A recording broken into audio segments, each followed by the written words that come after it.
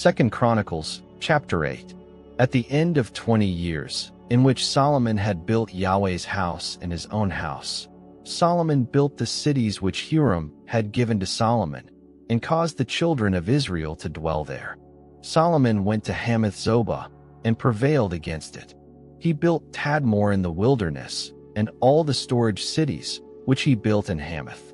Also he built Beth-horon the upper and Beth-horon the lower, fortified cities, with walls, gates, and bars, and Baalath, and all the storage cities that Solomon had, and all the cities for his chariots, the cities for his horsemen, and all that Solomon desired to build for his pleasure in Jerusalem, in Lebanon, and in all the land of his dominion. As for all the people who were left of the Hittites, the Amorites, the Perizzites, the Hivites, and the Jebusites, who were not of Israel, of their children who were left after them in the land, whom the children of Israel didn't consume, of them Solomon conscripted forced labor to this day. But of the children of Israel, Solomon made no servants for his work, but they were men of war, and chief of his captains, and rulers of his chariots and of his horsemen.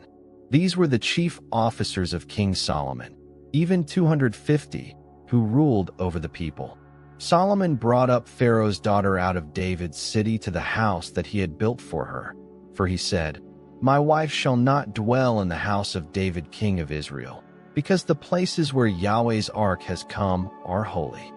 Then Solomon offered burnt offerings to Yahweh on Yahweh's altar, which he had built before the porch, even as the duty of every day required, offering according to the commandment of Moses, on the Sabbaths, on the new moons, and on the set feasts, 3 times per year, during the feast of unleavened bread, during the feast of weeks, and during the feast of tents.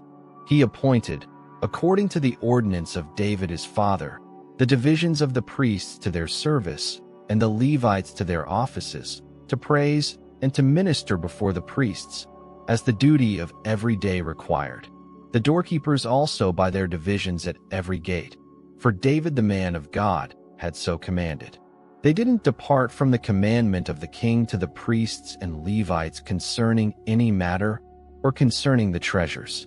Now all the work of Solomon was prepared from the day of the foundation of Yahweh's house until it was finished. So Yahweh's house was completed. Then Solomon went to Ezion-Geber and to Elath, on the seashore in the land of Edom. Hiram sent him ships and servants who had knowledge of the sea by the hands of his servants.